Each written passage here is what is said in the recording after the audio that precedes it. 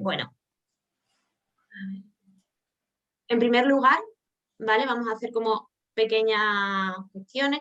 Hay que hacer, pues, los antecedentes personales, ¿vale? Saber la edad de la paciente. Es muy importante el peso y la talla, ya que un IMC elevado va a ser un factor de riesgo para la patología del suelo pélvico. Hay que indagar en esas enfermedades o medicaciones que pueden interferir o agravar las disfunciones del suelo pélvico, tanto incontinencia como prolapso, como podrían ser la hipertensión, bronconeumopatías crónicas, uso de diuréticos. Todo eso debe quedar reflejado. También tenemos que establecer los antecedentes quirúrgicos, sobre todo aquellos del área genitourinaria y digestiva, y además, por supuesto, si tiene alguna otra intervención sobre el propio suelo pélvico. Antecedentes obstétricos, número de partos, si estos han sido instrumentados o no, peso del recién nacido y la edad materna también en el primer parto, ya que a mayor número de partos, sobre todo los instrumentados con niños grandes y una edad materna avanzada, ya sabemos que son factores de riesgo para las disfunciones de suelo pélvico. Y quizá lo que más se nos olvida siempre, pues es preguntar sobre el estilo de vida, cosa que va a ser muy importante. Tenemos que saber cómo es su actividad física diaria, si tienen una actividad muy intensa o no, a qué se dedican, interrogar sobre los hábitos tóxicos y sobre pues tanto el alcohol, la ingesta diaria de líquidos, todo eso va a ser muy importante de establecer. Posteriormente tendremos que pasar a ir preguntando sobre todos esos síntomas, también haciendo un checklist. Vamos a empezar hablando de esos síntomas de prolapso. Bueno, las pacientes que tienen síntomas relacionados con el prolapso, lo que van a venir, pues, es diciendo sobre todo pues, esa sensación de bulto en genitales, esa pesadez pélvica. Muchas veces hablan de la necesidad de reponer ese prolapso o ya cuando tienen prolapsos más completos, pues de sus síntomas de sangrado, secreciones. Pero lo más importante sobre todo es pues determinar bien esos síntomas del tracto urinario inferior que pueden estar asociados al prolapso, como puedan ser, por ejemplo, el retraso del inicio de la micción, un flujo miccional intermitente, esa sensación de vaciado incompleto, que simplemente van a estar relacionados con el propio prolapso y no con una disfunción urinaria en sí. Pasamos ahora a hablar de los síntomas de disfunción urinaria. Mi compañera luego va a explicar un poco más todo esto, pero como checklist, pues saber que tenemos que preguntar sobre síntomas de llenado, presenta urgencia miccional, cuántas veces va al baño, escapes relacionados con esa urgencia. Pasamos luego a preguntar sobre sus síntomas de vaciado, tiene sensación de dificultad miccional, un vaciado incompleto y por supuesto la incontinencia urinaria, que tenemos que saber cuáles son las cosas que hacen que la tenga, con qué frecuencia y con qué severidad. Pasamos ahora también a preguntar sobre estos síntomas de disfunción defecatoria, si presentan o no estreñimiento, que también va a ser un factor de riesgo para la patología del suelo pélvico, o si presentan urgencia fecal, suelo hipodefecatorio, esa sensación de vaciado incompleto, o necesidad de hacer una prensa abdominal para poder realizar la defecación y que todo esto nos obligue a tener que derivar a la paciente a otra consulta. Y por último, y es muy importante, hay que preguntarles sobre las relaciones sexuales, si las tienen o no las tienen. Si no las tienen, es por causa de tu patología del suelo pélvico, muchas van a contestar que sí. Las pacientes que sí que tienen relaciones van a hablar sobre todo de dispareunia, de esa dificultad para la penetración por la sensación de bulto en vagina y muchas veces sobre la pérdida de orina durante las relaciones. Como habéis visto, en todos ellos he puesto ejemplos de cuestionarios que podríamos utilizar. Y en cuanto a los síntomas de dolor, no voy a meterme en ellos porque va a haber una sesión específica sobre ello. Entonces, en ese momento, pues ya hablaremos de esos síntomas de dolor. Entonces, lo que queremos contar con todo esto es que la anamnesis de Antonia debe dejar de ser así y tendríamos que encontrarnos con una anamnesis como la que vemos a continuación, ¿vale? Antonia es una paciente de 66 años con un IMC cercano a los 30, como único antecedente personal importante es asmática, ha tenido 3 partos vaginales, uno de ellos mediante forceps, todos con niños bastante grandes, y al preguntarle sobre su estilo de vida vemos que es limpiadora en una residencia y que además hace senderismo con sus amigas todos los fines de semana. Su queja principal es sensación de bulto en genitales y una pesadez pélvica que va empeorando a lo largo del día y se hace muy importante y afecta a su calidad de vida, sobre todo por la tarde. Alguna vez ha tenido dificultad para iniciar micción, que resuelve al reponer el prolapso, y también nos cuenta micción entrecortada y una sensación de vaciado incompleto. presenta estreñimiento y no tiene relaciones ni presenta síntomas relacionados con el dolor. Tan importante como hacer una buena anamnesis y que sea esta sistemática y todos lo hagamos de la misma manera, es realizar una buena exploración, y ya doy paso a mi compañera que va a explicaros la exploración. Hola, ¿se me oye? ¿Se me escucha? Sí, sí. Sí, se me escucha, vale. Sí. Bueno, pues entonces, con esta anamnesis tan detallada, probablemente todos ya sabemos qué patología va a presentar la paciente y nos va a orientar muy bien lo que vamos a ver a continuación. Lo primero que hacemos, bueno, hemos hecho la anamnesis, le decimos a la mujer, ala, pasa al baño, descúbrete, pásate, que te vamos a ver. Lo primero que hacemos, obviamente, cuando a la mujer la tenemos en litotomía es observar y ver cómo tiene los genitales externos. Y podemos encontrarnos multitud de cosas como las fotos que hemos visto. Pues un líquen, una atrofia severa, un prolapso de tercer grado. Y en el caso de nuestra paciente, esto es lo que encontramos, ¿vale? Que este caso que estamos presentando es un caso real. Ya vemos que efectivamente pues, tenía un prolapso, como sospechábamos. ¿Y qué tenemos que hacer ahora? Pues clasificar y detallarlo bien. ¿Y cómo debemos hacerlo? Pues con el POPQ. Y mucha gente que habitualmente no usa el POPQ porque está bastante infrautilizado, pregunta, pero ¿no nos estamos complicando mucho? ¿Realmente es necesario? Pero si el Baden-Walker es comodísimo, es muchísimo más sencillo, te dice, te quedas en el introito, llega el introito, sobrepasa el introito, no tenemos que andar midiendo y eso es complejísimo y realmente es que la sencillez enamora, pero el Baden-Walker no está validado. Y además no solo es que no esté validado, es que realmente el POQ tiene ventajas. Y yo voy a intentar convenceros de esa ventaja para que cuando acabe penséis, oh, de verdad es que lo que hay que hacer es el POQ, porque es que realmente aporta.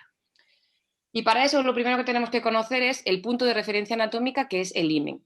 ¿Y por qué el himen? Baden-Walker utiliza el introito, POQ utiliza el himen. Pues el himen es una estructura fija, una estructura que se identifica muy fácilmente y si aquí preguntamos a todos los que estamos escuchando, estaremos todos de acuerdo que el himen lo tenemos ahí y sabemos cuál es. Igual si preguntamos por el introito no está tan claro. Todo lo que quede por dentro del himen hacia la vagina daremos valores negativos, todo lo que quede por fuera del himen daremos valores positivos. Bien, pues el POPQ tiene 9 puntos. 3 de ellos son 3 medidas estáticas, que son el hiato genital, cuerpo perineal y longitud total de la vagina, que ahora veremos. Además, tiene 6 puntos dinámicos. 2 se refieren al compartimento anterior, por eso llevan una A de anterior minúscula. 2 se refieren al compartimento posterior, que llevarán una P minúscula. Y 2 serán del compartimento apical. Vamos a pasar primero a las medidas estáticas, que es lo que habitualmente yo mido de primeras. Generalmente pido un histerómetro que esté medido, ¿no? Porque hay histerómetros que son muy viejos que ya no se ven ni los números, pero que estén los centímetros marcados, y medimos lo primero el hiato, que iría desde el punto medio de la uretra hasta la horquilla vulvar. Eso en centímetros lo ponemos en nuestra tabla, en la parte central e izquierda de la tabla. Pasamos después a medir el cuerpo perineal, que sería desde el final de la horquilla vulvar hasta la zona central del ano. Y ese cuerpo perineal lo apuntamos en la zona central de la tabla. Y por último, reducimos el prolapso, introducimos con mucho cuidado el histerómetro y medimos la longitud total de la vagina y ese punto iría a la zona central y derecha de la tabla. ¿Y qué sentido tiene medir esto que Baden-Walker no mide? Pues lo primero, por ejemplo, el hiato genital. El hiato genital ha aumentado de tamaño, todos sabemos que es un factor de riesgo de prolapso y de recidiva. Por tanto, si medimos el hiato genital y nosotros lo vemos antes de nuestra cirugía que está aumentado, debemos de corregirlo en la cirugía. Exactamente igual el cuerpo perineal. El cuerpo perineal es un lugar de confluencia donde van muchísimas estructuras de suelo pélvico, es un pivotaje importante para el suelo pélvico, para que sea funcional. Ahí se inserta el bulbo cavernoso, el transverso superficial, el esfínter, el elevador del ano.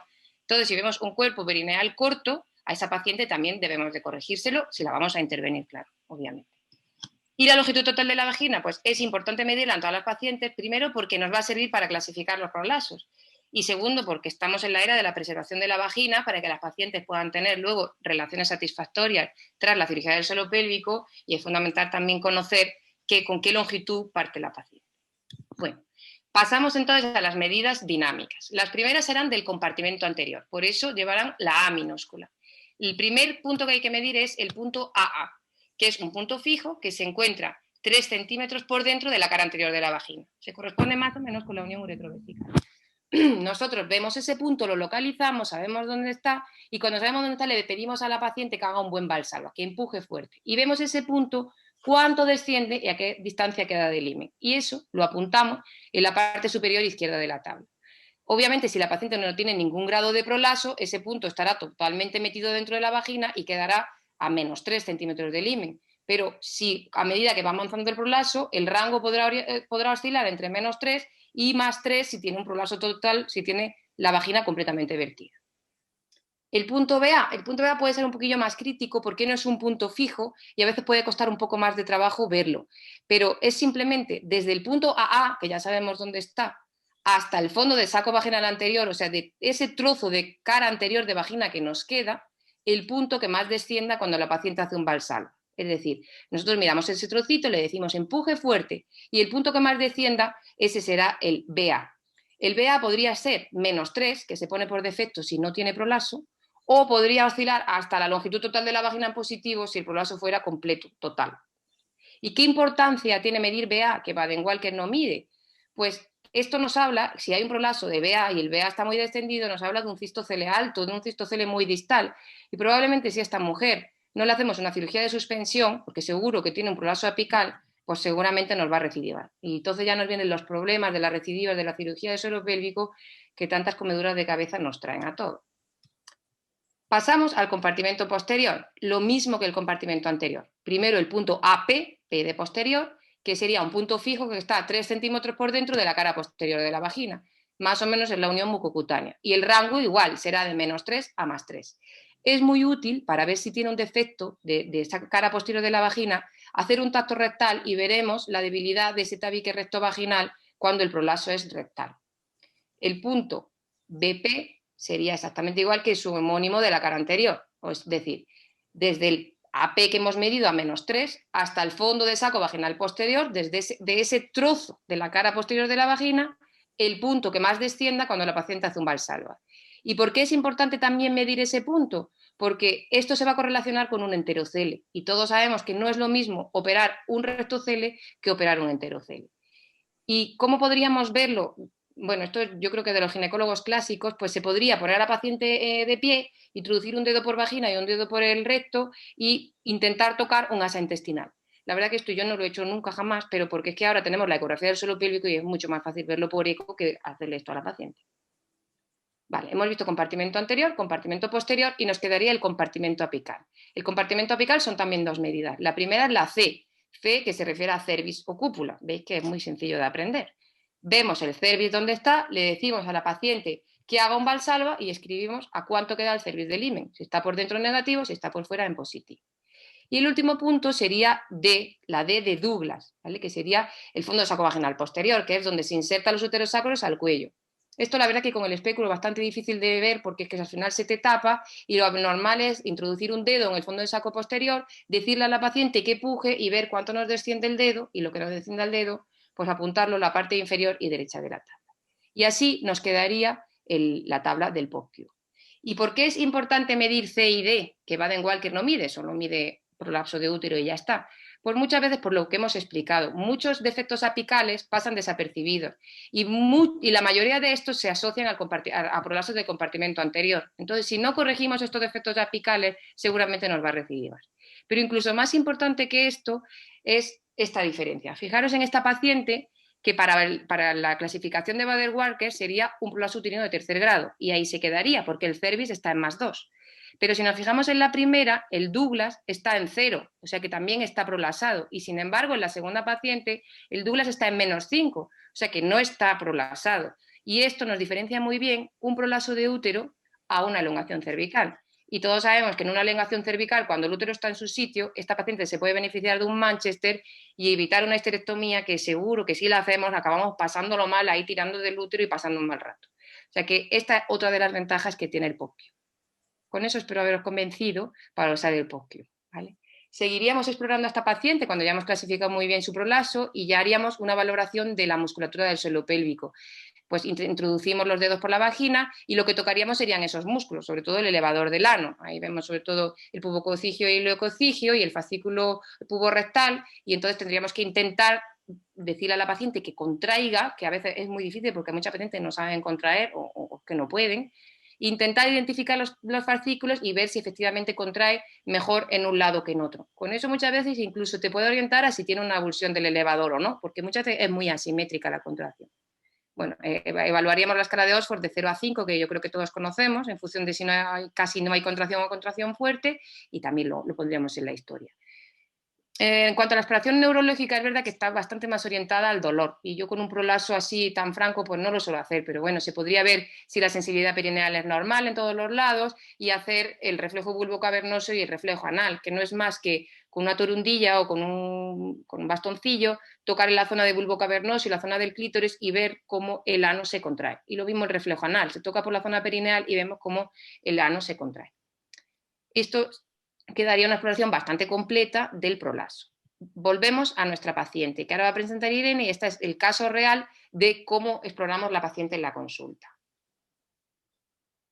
Bueno, en el vídeo vamos a empezar viendo las medidas estáticas de Antonia. En primer lugar, vamos a ver el hiato genital desde la uretra media hasta la horquilla vulvar, que en este caso era 5 centímetros. El cuerpo perineal, desde la horquilla hasta el ano, que eran 2 centímetros. Y con ayuda del histerómetro, pues la longitud total de la vagina fueron 8 centímetros.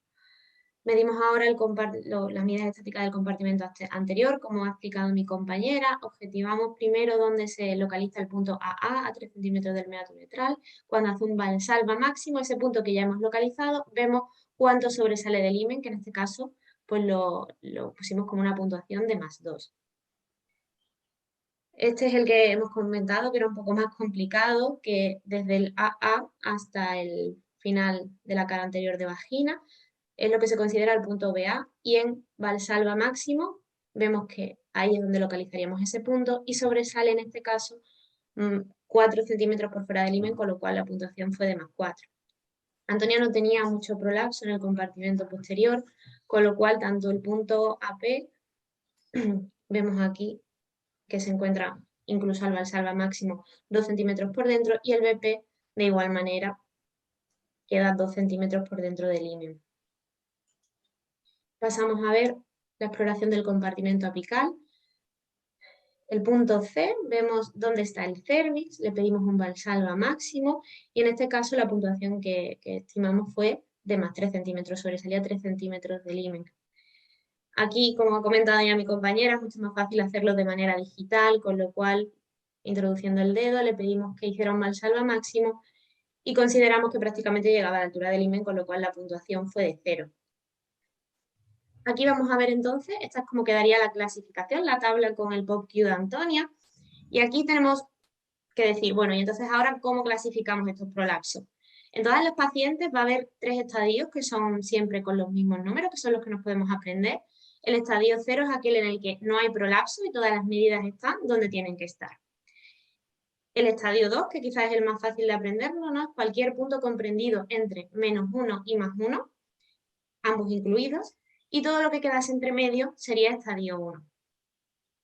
Ahora el estadio 3 y 4 va a depender de cada paciente. ¿Por qué? Porque el estadio 4, que es el prolapso total, es aquel que se estima desde la longitud total de la vagina menos 2 centímetros a la longitud total de la vagina. La longitud total de la vagina de Antonia fue de 8 centímetros, con lo cual consideraríamos un prolapso de 4º grado cualquier punto que tuviese una puntuación de +6, +7 o +8. Y en Antonia consideraríamos un estadio 3 cualquier punto que estuviese entre +1 y +6. Por eso Antonia tiene un cisto cele de 3er grado, podemos decir que debido a que el punto BA está en +4, y además un prolapso uterino de 3er grado, ya que el punto C tiene una puntuación de +3. Además, se le hizo el test de Oxford, que era asimétrico, con una puntuación de 0/5 en el lado derecho y de 2/5 en el lado izquierdo. Por suerte, Antonia, una vez que pues, hicimos la cirugía, toda esa sintomatología relacionada con el tracto urinario inferior pues desapareció. Y para pasar a hablar de la incontinencia, pues vamos a presentar el caso de María. También nos la derivan desde la consulta de ginecología, es una paciente de 43 años que refiere presentar incontinencia urinaria de 1 año de evolución. Vamos a pasar ahora a hablar de eso de la incontinencia. A esta paciente, a María, deberíamos hacerle la anamnesis exactamente igual que le hemos hecho a nuestra paciente anterior, porque la anamnesis nos va a identificar efectivamente factores de riesgo y porque con algunas preguntas probablemente vamos a encuadrar muy bien qué tipo de incontinencia tiene. Normalmente hay unas preguntas claves que debemos siempre hacer, La primera es para ver si es una incontinencia de esfuerzo, preguntarle si se le escapa con los esfuerzos, se puede hacer ejemplos con la tos, con la risa, cuando coges peso, etcétera, o preguntarle más bien si lo que es que tiene una incontinencia de urgencia, es decir, que le entran ganas de orinar y no es capaz de aguantar y llegar al baño y que se le escapa por el camino. Además, es esa paciente que tiene mucha incontinencia de urgencia, se suele asociar por la quiuria, orina un montón de veces a lo largo del día, tienen nicturia, se tienen que levantar 2 y 3 veces por la noche y mucha frecuencia miccional. O sea que aguantan una hora, media hora, pueden decir algo. También había que orientar a si vacía bien la vejiga, más que nada porque no sea una incontinencia por rebosamiento, es decir, usted orina y vacía bien la vejiga o tiene un chorrillo muy débil y se le queda medio llena y luego le vuelven a entrar ganas. Y luego, bueno, también preguntar un poco de la cantidad de que se le escapa, cuántas compresas usa, cómo le afecta eso a la calidad de vida. Para eso hay cuestionarios, hay muchos cuestionarios. Yo tengo que reconocer que los uso muy, muy poco, más bien nada, porque es que no tengo tiempo de usarlos, pero alguna vez que hemos hecho algún estudio, pues alguno hemos usado. En todas las pacientes, sobre todo si refieren a urgencia, hay que hacerle un cultivo de orina, porque no sería la primera vez que una mujer refiere una incontinencia de urgencia severísima, que se encuentra fatal, que no para, le haces el cultivo, resulta que tiene una infección, vete a saber desde cuándo, la tratas y desaparece la urgencia. O sea que nunca nos olvidemos de hacer el cultivo. Y por último, el diario misional.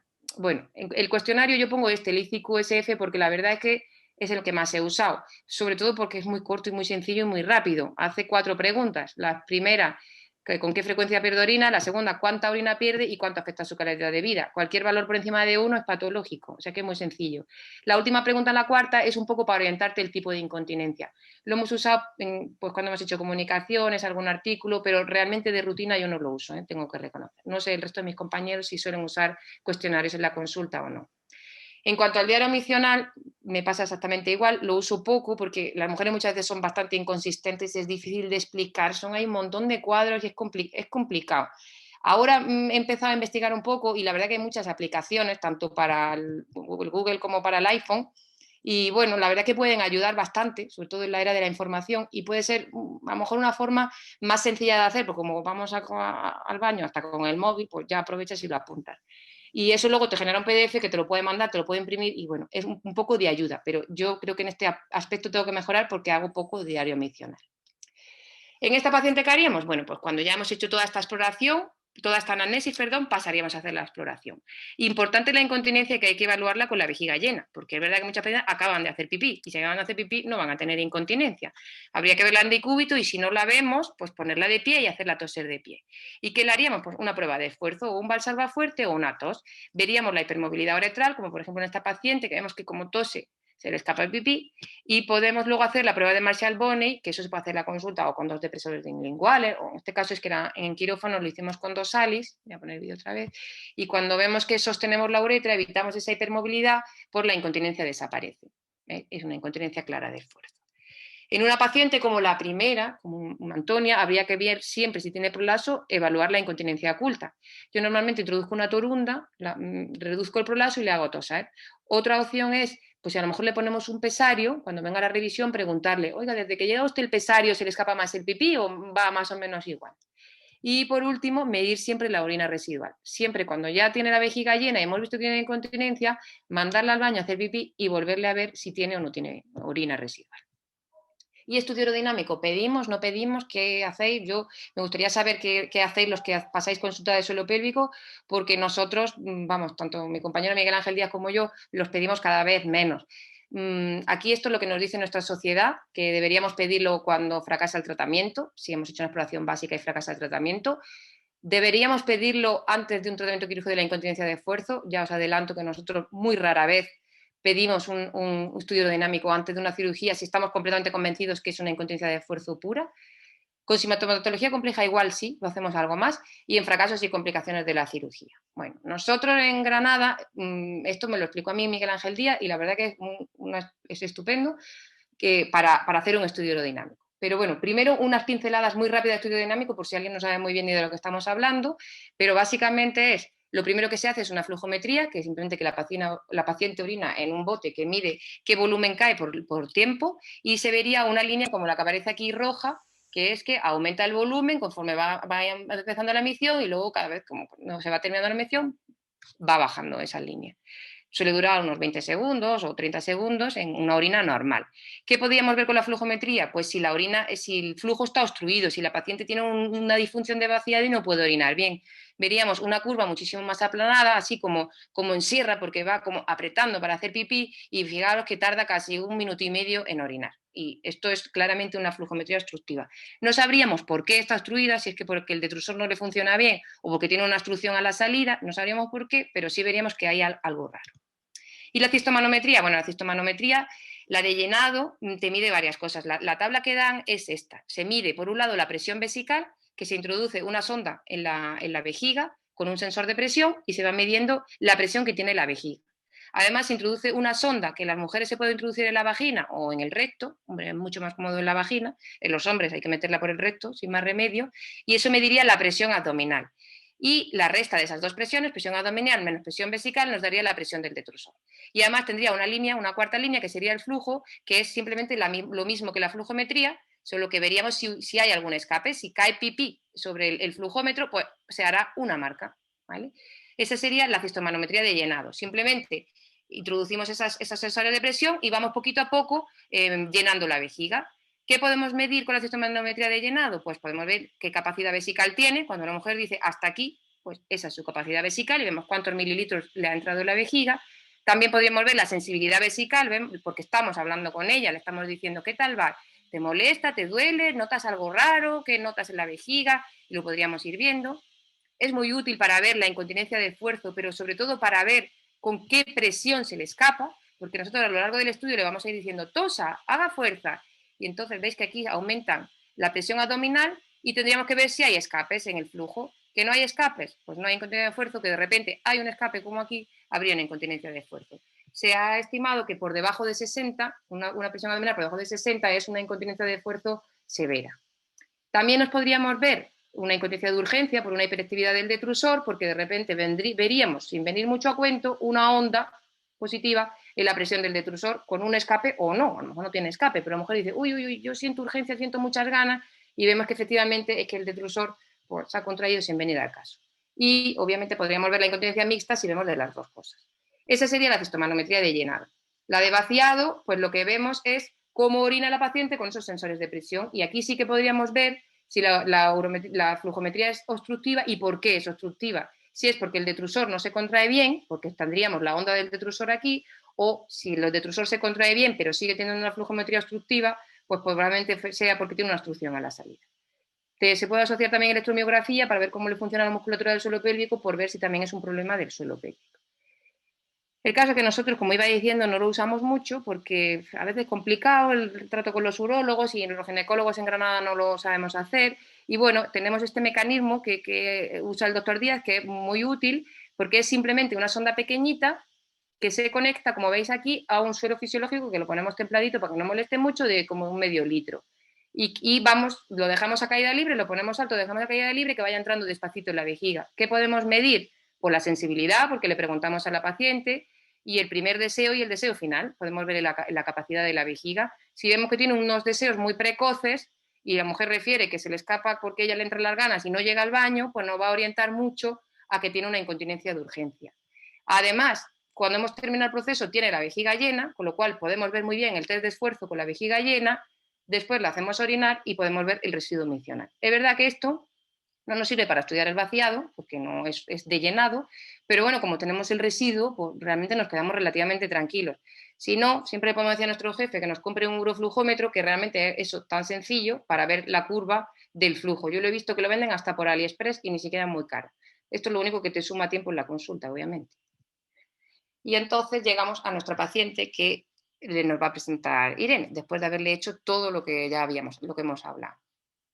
Pues al igual que Antonia, pues María hay que hacer esa anamnesis completa y entonces pues María era una paciente de 43 años con un IMC normal, con un único antecedente importante, tiene una alergia estacional, con lo cual hay periodos en los que tiene pues mucha tos y estornudos. Tiene 2 partos vaginales, uno de ellos mediante ventosa, con un niño de 3.800 de peso máximo. Y al preguntarle sobre su estilo de vida, pues es profesora de educación física y además realiza ejercicio diario en el gimnasio por las tardes. Ella no presenta síntomas relacionados con el prolapso y sobre todo lo que refiere son escapes de orina con esfuerzo desde hace un año. Inicialmente eran esporádicos y de escasa cantidad, pero cada vez son más frecuentes, haciéndose diarios con esfuerzos muy leves como levantarse o subir escaleras, y además son de abundante cantidad. No presenta síntomas de disfunción defecatoria ni dolor con las relaciones, aunque sí esporádicamente escapes de orinas durante las mismas, lo que ha hecho que disminuya mucho su satisfacción sexual. Y no presenta síntomas de dolor. A María, cuando le hacemos la exploración, pues le pasamos el POC-Q, hacemos el POC-Q igual que el anterior y no presenta prolapso de órganos pélvicos. Tal y como hemos visto en el vídeo de mi compañera anterior, pues presenta un test de esfuerzo positivo que se corrige al realizar la técnica de Marshall-Boney. Cuando le hacemos el ICQ-SF, presenta una incontinencia urinaria importante con una puntuación de 17 y el volumen no tenía un residuo posmicional elevado. A esta paciente, pues según las recomendaciones de la SEGO, habría que haberle hecho una urodinamia que vamos a ver a continuación. Y como podemos ver en esta urodinámica, pues con las maniobras de Valsalva que se ven establecidas ahí, las vemos perfectamente, la paciente a partir de los 200 mililitros empieza con escape de orina. Además, en la urodinamia también vemos que no hay contracciones involuntarias del detrusor que se habrían marcado ahí en la línea azul clarita, como marca mi compañera. Por lo tanto, María fue propuesta para la realización de una TOT. Bueno, pues entonces hemos explorado bien a nuestras pacientes con una exploración general que cualquier ginecólogo pueda hacer y ahora nos preguntamos también qué nos puede aportar la ecografía del suelo pélvico. Y bueno, la ecografía normalmente la que usamos en la consulta, al menos la que uso yo habitualmente, es transperineal, también se puede hacer introital, pero bueno, para los prolapsos tiene alguna más ventaja la transperineal porque el prolapso nos puede tirar la sonda para atrás si usamos la transvaginal y tiene un poquito más de profundidad de campo. ¿Qué corte haríamos con la sonda? Pues de adelante a atrás veríamos, como vemos en la imagen, la sínfisis del pubis, la vejiga con la uretra, la vagina y el útero, el recto y por detrás el músculo elevador del ano. Que si lo vemos en la realidad, quedaría una cosa así. Sería el pubis que lo vemos ahí, la vejiga con la uretra, hacia atrás el elevador el recto. A mí me resulta más útil verlo porque se ve muy bien, porque salen así como dos líneas negras, como si fueran dos raíles de una carretera, y lo que queda es el canal anal. Por detrás del canal anal vemos el músculo elevador del ano y lo que queda en medio pues sería la vagina y el útero, que se vería si está delgadita y es joven, porque si es mayor y es gordita, olvidaros de ver el útero, que es muy difícil. ¿Y qué podemos medir? Pues lo primero que podemos ver, el control del volumen vesical. Hay un montón de fórmulas. Yo me he aprendido esta porque, bueno, pues por aprenderme una y porque es válida, está validada y va bien. Con la sonda transperineal se mide A por B, solo hay que medir en 2 puntos, multiplicarlo por 5,6 y nos da el resultado en mililitros. Esto lo podemos hacer, no hay que sondar a la paciente para medirle el volumen vesical, lo medimos, vemos si tiene residuo, si no tiene residuo y nos sirve muy útil, nos es muy útil para el despistaje de la disfunción de vaciar. ¿Qué más podemos ver? En la incontinencia urinaria podemos ver la hipermovilidad uretral. Hay muchas medidas, yo creo que las dos más validadas son las que voy a presentar, hay más. La primera que utilizamos, lo que yo utilizo generalmente, es el ángulo uretrovesical, que se define como hipermovilidad uretral si ese ángulo en Valsalva es más de 120-140. Todavía los autores no están de acuerdo. Aquí, por ejemplo, lo veríamos en reposo en 109 y cuando hace un Valsalva llega a 160. Otra forma de verlo sería medir la distancia desde el cuello vesical hasta la sínfisis del pubis. Se mide en reposo, se mide en Valsalva. Esas dos medidas se restan y si es más de 25, pues también se podría definir una hipermovilidad uretral. Obviamente si la paciente tiene incontinencia, si no, pues nos da exactamente igual lo que se mueva la uretra. En cuanto al déficit esfinteriano, que lo que nos diría es que la paciente tiene una incontinencia de esfuerzo, bueno, no está claramente ligado, pero parece ser que cuando hay una incontinencia y además la paciente tiene una embudización uretral, pues esto se asocia a un factor de severidad. De todas maneras, puede ser que veamos una embudización y no tenga incontinencia y puede ser que tenga una incontinencia muy severa y no tenga embudización uretral. Y lo mismo con la incontinencia de urgencia. Parece que se relaciona con una hipertrofia del detrusor, que la pared del detrusor sea más de 5 milímetros, pero la sensibilidad, como veis, es relativamente baja, bueno, y muy amplio el rango de 40 a 84%, con lo cual ni sustituye el estudio aerodinámico y clínicamente tampoco tiene mucho significado. Si lo queremos medir, habría que medirlo después de orinar y en 3 puntos diferentes. Bueno, para el prolapso, ¿qué nos puede servir? Pues es muy útil porque la ventaja que tiene la eco es que nos podemos ver los 3 compartimentos a la vez, cosa que con la exploración no podemos. Y aquí lo que trazaríamos sería una línea en el borde posterior inferior de la sínfisis del pubis, una línea recta, y mediríamos haciendo un valsalva. El valsalva hay que hacerlo a poder ser con la vejiga vacía y un valsalva que al menos dure 6 segundos, o sea que sea un buen valsalva, medir desde esa línea hasta el punto más caudal, pues de la vejiga por un lado, del cuello uterino por otro y del recto por otro.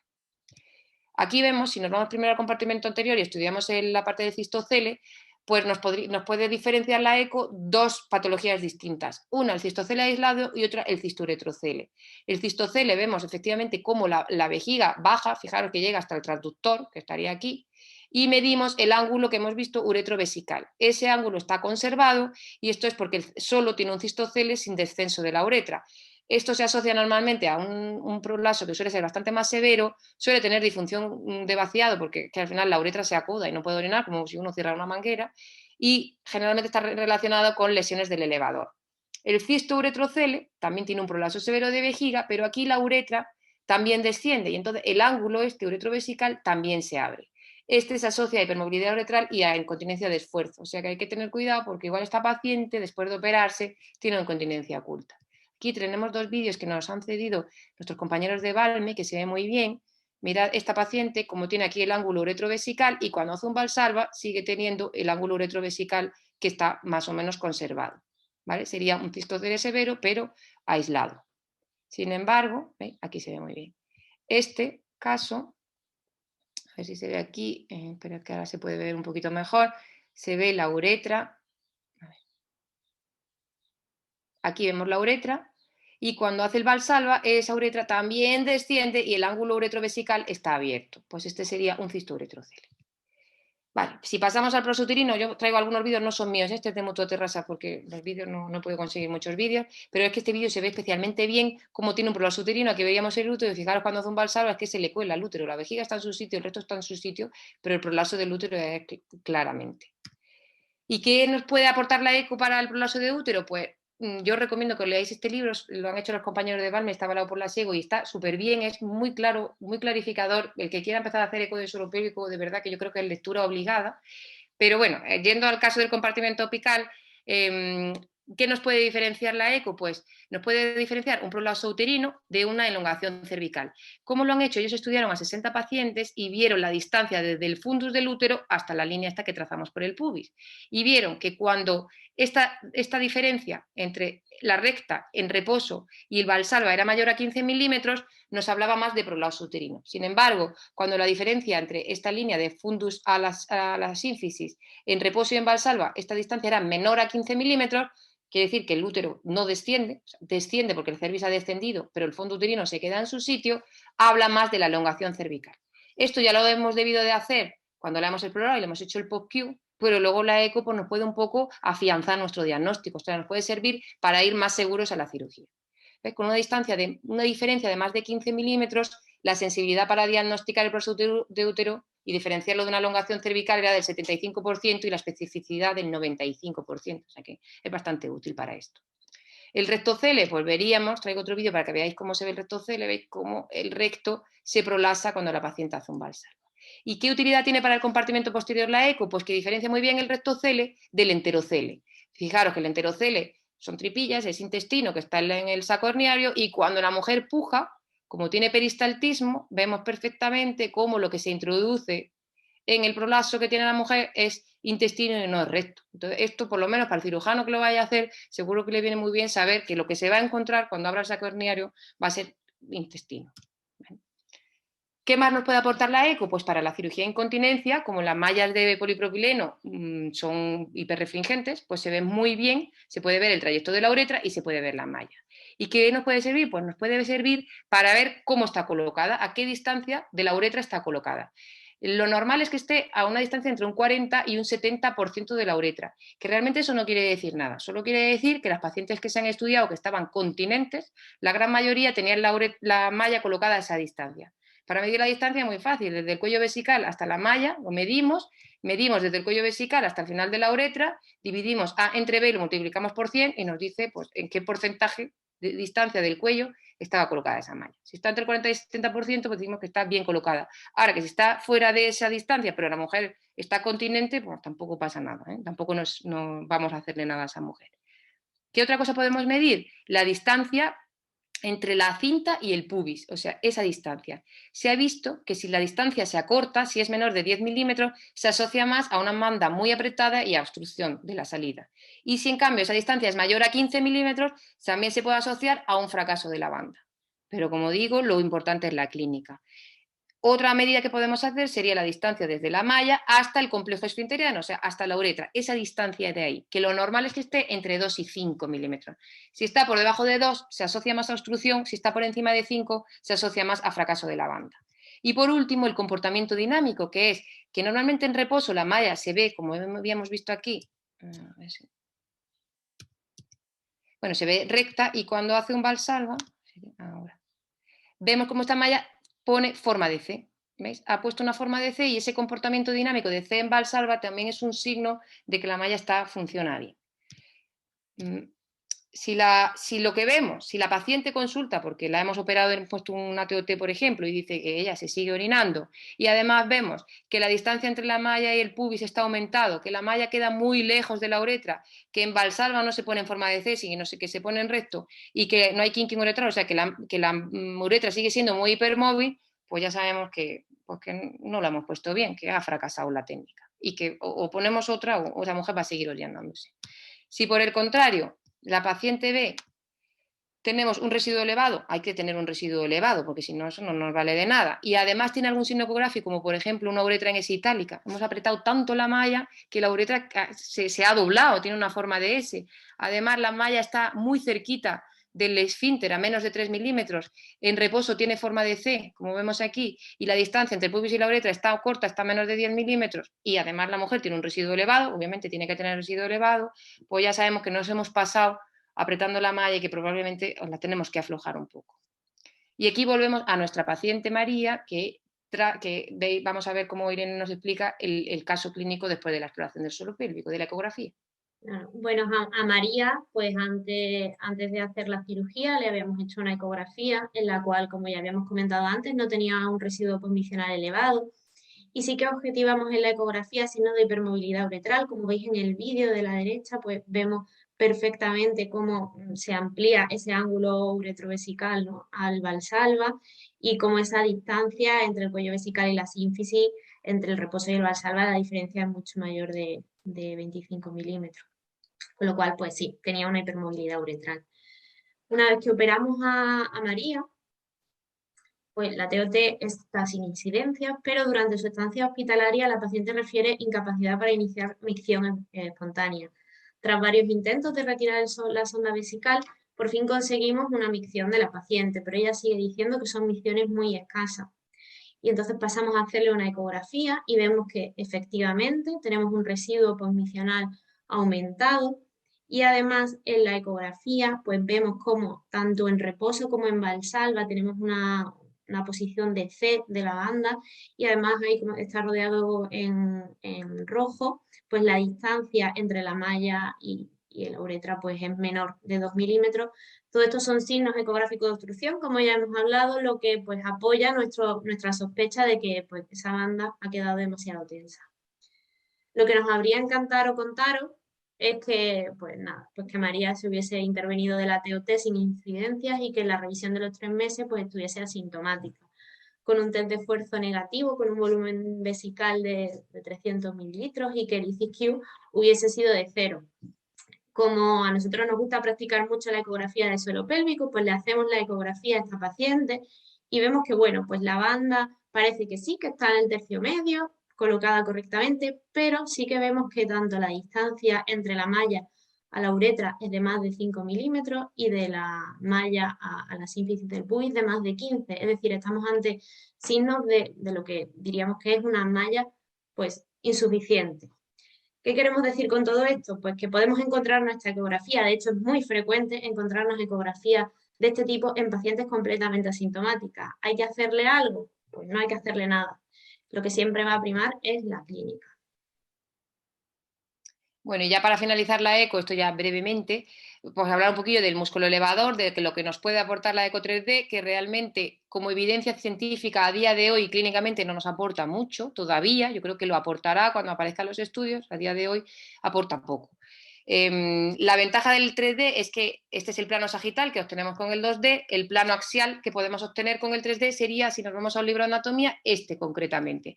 Y si lo ampliamos, vemos que delante atrás sería lo mismo que el plano sagital. Primero el pubis, la uretra, la vagina, el recto y el elevador del ano, que si lo vemos en la eco 3D, pues exactamente esto, la sínfisis del pubis, la uretra y la vagina, el recto o el ano y el elevador del ano. ¿Y qué podemos medir? Pues lo primero que podemos medir sería el hiato urogenital. Normalmente se ha establecido que un hiato de más de 25 centímetros pues es un hiato aumentado de tamaño o que con la diferencia entre la contracción y el valsalva aumente ese área aumente más del 20%. Esto lo que nos dice es que es un factor independiente de riesgo de prolapso genital. Nuestra primera paciente, Antonia, tenía este área, 32 centímetros, y efectivamente tenía un prolapso en la mujer. ¿Qué más podemos medir? Lo sabemos, pero no podemos hacer nada realmente. Parece ser que podemos predecir si tendrá un prolapso futuro, pero todavía no sabemos si podemos actuar de alguna manera para que esa paciente no desarrolle ese prolapso. Yo creo que los estudios irán por ahí. Esto sería el ballooning o microtrauma y también podemos ver si tiene un macrotrauma. Para el macrotrauma seleccionamos los multicortes, los cortes se hacen a 2,5 milímetros y evaluamos las tres franja central, que tiene que ser la sínfisis así abierta, cerrada y ya completamente cerrada. Y en estos tres cortes vemos si el elevador puede estar roto o no está roto. Aquí vemos que efectivamente está íntegro en los tres planos. En cambio, si vemos pues vemos que aquí la sínfisis abierta, cerrada y cerrada, en estos tres planos, vemos que la paciente tiene una avulsión del elevador izquierdo, porque este lado tiene aquí un gap, un salto en el elevador izquierdo. ¿Qué podemos hacer con esto? Bueno, pues lo único que vamos a hacer es que si vemos esto en una paciente que no tiene síntomas, pues decirle que tiene bastante riesgo de que se prolapse, de que cistocele, de prolapso uterino, que si además se va a operar tiene más riesgo de recidiva y de disfunción misional. Y con estos datos, ¿qué hacemos? Pues no sé, pues a lo mejor que la opere el que más sabe, o a lo mejor que haga rehabilitación, o que no fume, que se cuide, hasta ahí podemos hablar. Ya para finalizar, solo un poco por cerrar la ecografía del suelo pélvico, 2 pinceladas, porque la ecografía transperineal también nos puede evaluar el esfínter anal. Obviamente el gold estándar es la eco transanal, pero bueno, la eco transperineal cada vez hay más estudios que es cada vez más útil, es mucho más cómoda para el paciente porque no hay que hacer una eco transanal. Permite la evaluación dinámica porque podemos ver el esfínter en reposo y con la contracción y no distorsiona el canal anal. Y la eco que se ve pues sería eso, en el centro se ve la mucosa, el esfínter interno se ve muy anecoico, se ve muy bien, y el externo sería esa banda que se ve aquí mejor, que es un poquito más hiperrefringente, que veíamos aquí en esta foto. También se pueden hacer cortes, normalmente se hace 8 cortes, los cortes ya no son a 2,5, ya depende de la longitud del canal anal de la paciente y veríamos pues el esfínter interno y el esfínter externo en todos sus cortes. ¿Qué podríamos ver? Pues podríamos ver un defecto del esfínter anal externo, como vemos ahí, esta zona, este esfínter anal externo que es un poquito más refringente, tiene aquí una zona anecoica, o sea, un salto, pues, tiene un defecto, o este, por ejemplo, que sería un defecto del esfínter anal interno que se ve con bastante más claridad. Nosotros esto lo usamos, lo hacemos casi de rutina cuando nos mandan a las pacientes después de un parto traumático y un desgarro tercero y cuarto grado, pues le hacemos una eco transperineal para ver un poco cómo ha quedado el esfínter después de suturarlo. O si una paciente consulta por una incontinencia de heces o de gases, pues la mandamos al coloproctólogo de la unidad de suelo pélvico, pero antes también hacemos una eco un poco por orientar a la paciente. Y eso es todo lo que os queríamos decir. El suelo pélvico sí importa. Y nada, cualquier duda que tengáis o lo que queráis preguntar, aquí estamos para responder.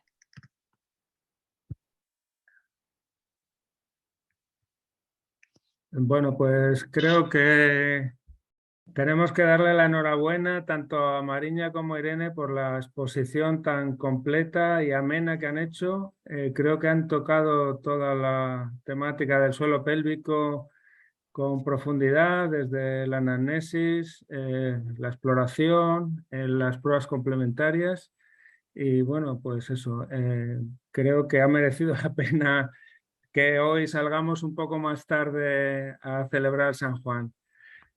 Bueno, hay muy pocas preguntas. Realmente yo he recogido solo, más que preguntas, una opinión de Jesús Presa, de nuestro flamante jefe de servicio de Jaén, que dice que allí cada vez hacen menos urodinamia porque utilizan mucho el diario mencional y con eso les va muy bien. Y luego tengo una pregunta, esta sí es una pregunta de Rosa Oña de Sevilla, que dice que si a todas las pacientes que consultan por prolapso se les hace esa exploración tan exhaustiva y la ecografía que nos habéis contado, o simplemente se deja para las pacientes que son candidatas a cirugía, el hacer toda la exploración ecográfica, etcétera. Porque, claro, hay que entender que todo esto lleva bastante tiempo y ya sabemos cómo son las agendas del SAS, sobre todo con el tiempo que te dan por paciente, y muchas veces si quieres hacer las cosas bien, pues te supone un tiempo. Entonces, me gustaría que tanto Mariña como Irene me digan si a todas las pacientes en su primera consulta les hacen todo o simplemente a aquellos casos más severos a los que son candidatos a cirugía. Bueno, nosotros el POPQ y toda la exploración que es exploración se la hacemos a todas. El POPQ, tocarle el elevador y todo eso. Y la eco, pues cada vez la usamos más, porque ahora es que hemos conseguido tener un poquito menos de pacientes en la consulta de suelo pélvico y tenemos un poco más de tiempo. Y como queríamos aprender, y ahora el ecógrafo 3D solo está en una consulta, pero el 2D que tenemos todos, pues a lo mejor no nos paramos mucho lo que nos podríamos parar, pero sí, yo se la suelo hacer prácticamente a todas. Pero tengo que reconocer que ahora tengo media hora por paciente. Bueno, yo tengo algunas preguntas también que me gustaría haceros. Yo tengo mucha obsesión con el tema del cistocele, de ponerle apellido al cistocele, porque no es lo mismo reparar un cistocele central, que es muy sencillo en general y tienes casi el éxito asegurado, que un cistocele por defecto paravaginal, cuando está desinsertada la fascia por los laterales. A la hora de explorar una paciente con un cistocele, ¿cómo valoráis esto? Bueno, normalmente muchas veces se ve en función de si ves la pared anterior lisita, si la cara anterior de la vagina ha perdido las rugosidades y está lisa, generalmente es un defecto central. Y sin embargo, si es una desinserción, como la fascia de la cara anterior de la vagina, que bueno, realmente es simplemente la serosa de la vagina, la adventicia de la vagina, si no está lesionada, la vagina seguiría teniendo sus rugosidades y además con el espéculo veríamos aparecer el cistocele lateralmente. Pero es verdad que lo podemos diagnosticar y luego tratar, que lo tratáis diferente. Hombre, Ahora hacemos una plastia más amplia y bueno, pero eso de insertarlo al arco tendíneo, yo sé que está descrito, pero vamos, yo no lo he hecho nunca. Yo creo que los cistoceles avanzados, que son la mayoría que operamos, como el caso que habéis presentado, que tiene un prolapso apical claro, son todos paravaginales y se resuelven. Eso, claramente hay que hacer una suspensión apical. Claro, claro. La suspensión paravaginal es muy complicada vía vaginal y yo creo que la suspensión apical ahí pues te resuelve bastante. Claro. Creo. Moderador Miguel Larrego. Quería hacer una pregunta. Ha hablado antes Mariña con respecto al tema de los cuestionarios. Nosotros en la incontinencia sí que realmente pedimos 3 cuestionarios. Los tenemos incluso unificados en una misma hoja, con 2 caras, en el que aparecen el ICQ-SF en la versión corta, el SAMBIC y el IU4. A nosotros se lo mandamos en la primera visita y luego en la siguiente visita nos las traen rellenos porque no tenemos tiempo para hacerlo en la consulta. Pero sí que lo hacemos sistemáticamente para la incontinencia, si tiene síntomas asociados al prolapso. El estudio hidrodinámico, cada vez menos. Cada vez somos como más independientes, cada vez estamos más seguros de lo que es la incontinencia de esfuerzo y que si requiere o no un estudio hidrodinámico. Solamente cuando estamos ya casi siempre, cuando ya sospechamos que hay una hipoactividad del detrusor, hay síntomas de disfunción del vaciado, entonces sí, porque cuando hay síntomas asociados de incontinencia, de urgencia, de disfunción, entonces sí que nos viene muy bien el estudio hidrodinámico para saber si realmente esta paciente necesita una medicación previa, para saber si después no se lo hemos producido nosotros con la misma intervención quirúrgica. Y lo del ballooning, sí, perdona, y lo del ballooning ya que me has dicho, pues sí, en el grupo Balme, el doctor Mejido y el doctor Sainz están haciendo estudios sobre lo que es el ballooning en las pacientes recién, después de un parto. Tienen un estudio hecho recientemente y ya publicado con respecto a lo que es esto. ¿Será en el futuro algo que podremos nosotros interpretar como para que esa paciente va a tener en el futuro un prolapso? Bueno, eso se tendrá que ver, pero para eso están los estudios, la ciencia, y está esas personas que hacen los trabajos científicos con su ecografía y con todas esas cosas. Ya veremos, pero hasta ahora era impensable que nosotros hiciéramos ecografía en una consulta de suelo pélvico. Y ahora estamos midiendo el ángulo uretrovesical y estamos midiendo si el fondo uterino desciende. Estamos haciendo más Manchester que nunca, porque no queremos desinsertar el fondo uterino, desarraigando esos ligamentos que tienen del nivel 1 del ANCI. Entonces estamos haciendo otro tipo de consulta de suelo pélvico, muchísimo más engorrosa, sí, que se tarda más, pero mucho más seria y mucho más completa, es mi punto de vista. No sé qué pensáis los demás. Totalmente. Además, en ese sentido, el POQ también da mucha más información, claro, porque correlaciona muy bien los puntos con los puntos anatómicos, pero quizá fuera del ámbito de especialistas en suelo pélvico, claro, a un ginecólogo general, una historia que te llega tal, y ven eso y se vuelven locos, ¿no? Pero es cierto que eso está validado. Y realmente deberíamos implementarnos ya en todos los sitios para hablar el mismo idioma y sobre todo la ayuda que supone cuando se va a hacer una reparación anatómica y funcional de un prolapso, ¿no?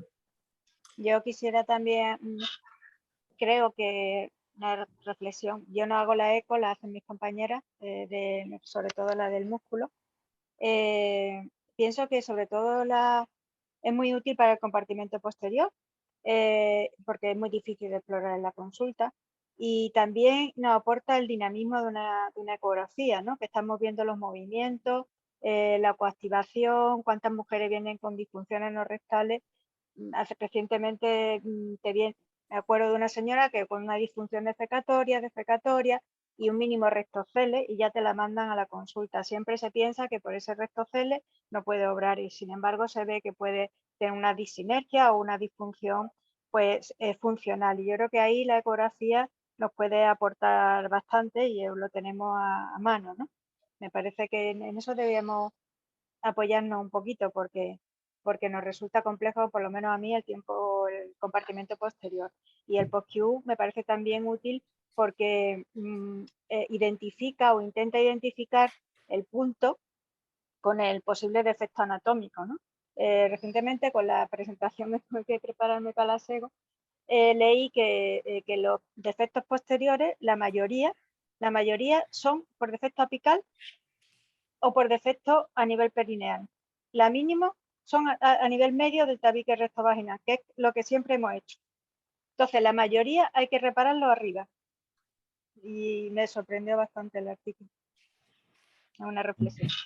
Yo pienso que uno de los grandes problemas del suelo pélvico, sabemos que nosotros el 30-40%, o sea, por ahí anda más o menos de la cirugía y de la lista de espera en cualquier servicio de ginecología es suelo pélvico, ahora mismo, ¿no? Y sin embargo, no lo vemos la gente que estamos aquí. La mayoría de las cosas las ven muchas veces compañeros que tienen poca afición por el suelo pélvico.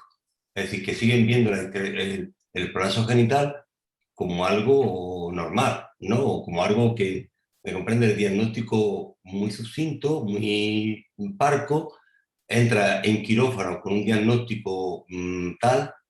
Entonces, tendríamos que nosotros verlas todas, las posibles histerectomías, todo. Después, otra cosa, generalmente cirugías del prolapso vesical que no se une a nivel 2 a nivel 1, generalmente va directamente al fracaso, generalmente, ¿vale? Eso va, es casi con toda seguridad. Otra de las cosas muy importantes, prolapso de vejiga, que es uno de los que más recidiva y que nos da una gran cantidad de problemas. Es prolapso de final de mañana, siempre, de la 1:30, de las 2. El residente R2, R3 en el último segundo haciéndolo, de mala manera y rápido. Problemas, lo vemos y casi a las 2 semanas, bueno, a los 30 o 40 días, que es cuando la recitamos para verla, ya están otra vez prolapsadas. ¿Cómo podemos arreglar todo eso? ¿Cómo podemos arreglar todo eso? Es decir, conjuntar, que es casi el 30 al 40%, que lo ven todas las personas que están en la consulta de ginecología, ven suelo pélvico y sin embargo no son especialistas en eso, el tipo de cirugía, cómo va, si está bien o mal diagnosticada, y después cómo hacemos la cirugía. Es decir, la dejadez que muchas veces tenemos en hacer cirugía demasiado rápido, pues porque hay que terminarlo. Es decir, y esas van a recibir con absoluta facilidad. No sé qué pensáis vosotros. Yo creo que todas las indicaciones quirúrgicas deberían salir de la consulta de suelo pélvico. O sea, otros compañeros pueden ver a la paciente la primera vez, pero luego, cuando es un caso más complejo, derivarlo a la consulta donde se complete el diagnóstico y la indicación, y luego que la cirugía la hagan los especialistas en suelo pélvico, como los de mama hacen la cirugía de mama. Los oncólogos hacen la cirugía oncológica, que no sea lo que dices tú, el cistocele para rellenar un parte a última hora y para que haga mano un residente, no sé, es mi opinión.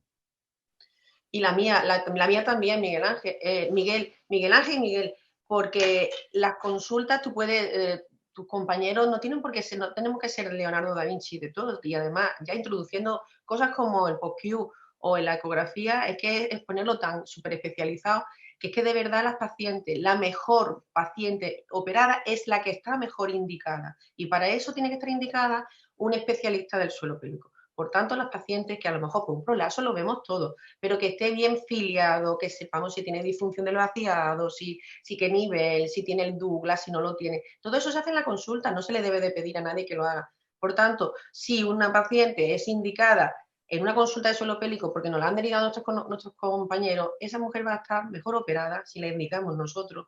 Yo creo que eso es la excelencia en el trabajo.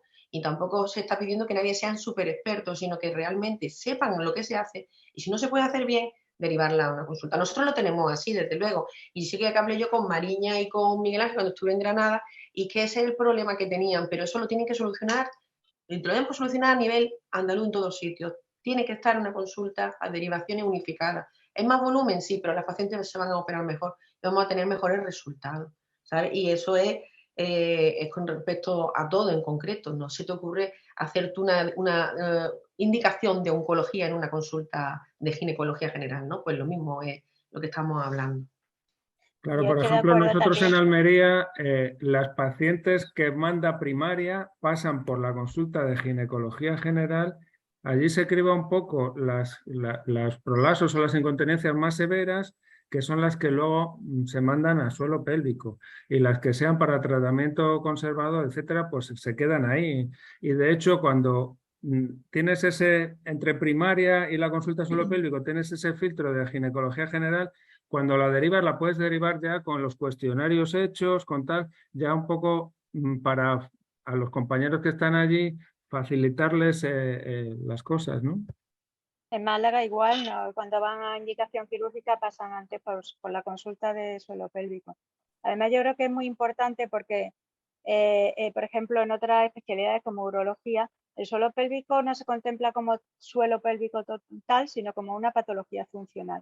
Y yo creo que vuelvo a insistir en esta idea, que nosotros hemos pasado de ver el prolapso como una cosa totalmente estructural, morfológica, un bulto, en definitiva, y muchas veces la paciente quiere ir a quirófano por unos problemas funcionales y tenemos que intentar, dentro de lo posible, por lo menos informarle, decir, bueno, usted se va a entrar a quirófano, se le va a quitar esta pelota, pero no sabemos si ese síntoma, fundamentalmente, que es el que le molesta, puede o no mejorar.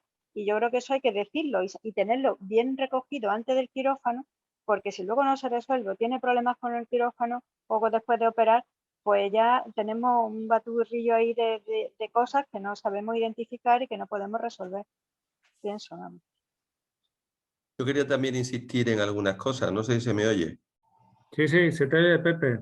Adelante. Bueno, estamos un poco cansados, sobre todo los que empezamos, de que el suelo pélvico sea un poco la cola en un servicio, que no se le dedique la atención adecuada, ni los tiempos, ni los cirujanos, ni las consultas, ni nada. Y eso que ha cambiado mucho la cosa de cuando empezamos hace 2 años, cuando inauguramos el grupo. Pero ahora mismo una gran parte, yo diría que por encima del 30-40% del volumen de trabajo de un servicio que haga ginecología, porque si es obstetricia es distinto, que haga ginecología, es el suelo pélvico. Y yo quisiera aprovechar la reunión, por lo bien que la habéis expuesto, para ir un poco más allá y que la revisión de los partos complicados, de los partos instrumentados y de esto debería de hacerse en suelo pélvico, porque tenemos una herramienta tremenda que es la ecografía, que nos va a decir exactamente cómo ha quedado ese suelo pélvico después del parto e implementar las medidas que de momento hoy tenemos y que seguramente en el futuro tenemos más. Y una última cosa, necesitamos una enfermería específica. Yo afortunadamente tengo en mi servicio un equipo de matronas que me hace la recuperación funcional, que me hacen biofeedback, que me hacen tibial y que me hacen todo tipo de cuestionarios que puedo necesitar, de forma que cuando yo vea a la paciente, pues ya tengo, digamos, una valoración bastante franca de ella. Y ya me callo. Sí, me gustaría que Mariña e Irene, que son las que han expuesto tan fantásticamente el tema, hablen un poco o que nos digan qué aspectos de su exposición son los que quieren destacar, lo que se llama ahora ideas para llevarse a casa, qué es lo que de toda la exposición creen que es lo más reseñable. Bueno, yo creo que lo que esta exposición quería destacar es sobre todo por lo que habéis estado un poco comentando, ¿no? Al final, en la consulta de ginecología general nos encontramos anamnesis como las que hemos puesto inicialmente, muy escasas, sin dar esa exploración, o sea, esa anamnesis exhaustiva que es necesaria para enfocar las disfunciones del suelo pélvico. Entonces, hay que hacer una correcta anamnesis. El POPQ, aunque parezca muy lioso al principio, realmente cuando vas cogiendo práctica no es tan difícil de hacer y yo creo que ha venido para quedarse y eso tenemos que estandarizarlo y hacerlo todos en todas las pacientes. Y luego, pues, queríamos también dar esas pinceladas del suelo pélvico, que pues parece que también es una herramienta muy útil que ha venido para quedarse, pero también con ese último comentario que hemos querido hacer y es que la ecografía está muy bien, pero que lo que va a primar siempre es la clínica de la paciente. Yo estoy de acuerdo con Irene, efectivamente. El POPQ hay que conseguir que lo hagamos todos. Los que hacemos suelo pélvico y los que no también, porque una vez empiezan con la práctica, luego no es tan difícil hacer y ya, por lo menos de cara a que va a poner, porque nosotros, claro, en Granada solo estamos Miguel Ángel y yo en suelo pélvico y tenemos muchísima patología. Entre los dos no damos abasto a ver a todas antes de operar. Entonces, pues por lo menos si hacen un POPQ, aunque no vayan a hacer una eco ni nada, pues quieras que no, el que se la encuentre en quirófano se la encuentra de otra forma. Ahí tenemos una lucha que Miguel Ángel y yo a ver cómo lo solucionamos. Necesitamos más gente. Es que dos solos no podemos con toda la patología del suelo pélvico de la mitad de Granada. Pero sí, el POPQ fundamental, una buena exploración fundamental, y es que con una anamnesis ya te queda, ya sabes casi lo que vas a ver si has hecho una anamnesis correcta. Y la eco, pues bueno, poco a poco, con la eco 2D que todos tenemos, ir avanzando. Y lo que ha dicho Pepe también de la evaluación posparto, yo eso sí que lo veo fundamental. Hay que decir a las mujeres que hay que hacer rehabilitación, hay que hacer ejercicio. Muchas mujeres mayores siempre me dicen que a mí eso no me lo han dicho. Es que es verdad, no, nunca hemos cuidado el suelo pélvico de las pacientes y yo creo que ahora las mujeres que estamos en el empoderamiento de la mujer, cada vez nos miramos más, nos mimamos más, nos cuidamos más, pues el suelo pélvico es que es fundamental en nuestra calidad de vida y a eso hay que darle importancia. Además es muy bonito, no sé por qué en mi servicio no le gusta a nadie. A ver si captamos un poco más de atención. Fíjate, Mariña, nosotros el POPQ lo hemos empezado a hacer en enero de este año y llevamos muchos años con la consulta. E incluso ahora ya, cuando vamos a ver a las pacientes y la vamos a operar, de una mirada, de una pasada ya sabemos que es un gran prolapso, que el Douglas se desplaza, que es una elongación o que es un prolapso uterino. Se ve todo tan gráficamente y tan fácil que al principio que cuesta trabajo. A nosotros nos cuesta más trabajo la cara posterior, es más difícil desde mi punto de vista. Pero el resto de verdad que es súper gráfico y al principio nos costaba mucho trabajo, ya no nos está costando casi nada. ¿eh? Y hay que hacerlo, sobre todo en las consultas especializadas. Doctor Aragón, yo creo que ya debíamos de ir. Sí, la hora ya se nos ha hecho encima. La verdad que está tan interesante que se pasa el tiempo volando, pero sí, ya creo que es hora de ir cerrando. Y una vez más, dar las gracias a Mariña e Irene por esta magnífica exposición tan completa, tan amena y que creo que todos hemos disfrutado mucho. Muchas gracias a todos por haber estado aquí y nos vemos en la siguiente, ¿no, Maribel? No se te oye, Maribel. Maribel, el micro. La próxima la haremos sobre final de septiembre y hay algunos temas muy interesantes que lo conocemos en la sección del suelo pélvico, que le iremos publicitando un poco y que, bueno, pues siempre tenemos, yo sé que este tipo de fórmula de sesión virtual ya estamos un poco cansados porque hay muchas, pero de verdad para reunirnos y para poder actualizarnos es la mejor manera, aunque seamos solamente los de la sección de suelo pélvico los que estemos, porque realmente siempre ya parece ser que siempre hay una circunstancia, un congreso, lo que sea, estamos un poco cansados, pero yo creo que ha merecido la pena. Agradecer al esfuerzo a Mariña y a Irene, que han sido extraordinarias, ha sido un trabajo espléndido, a Manoli, que está todo el día ahí en la sombra, haciendo su trabajo, recopilando, mandando correo y todo, y a Miguel por su trabajo, que siempre que se le llama está dispuesto a colaborar. A toda la sección del suelo pélvico y espero vernos en los siguientes temas que van a ser muy interesantes y bueno, encantada de volver cada X tiempo hasta conectar con todos vosotros. Un abrazo muy fuerte y hasta la próxima. Hasta la próxima. A la próxima, adiós. Adiós.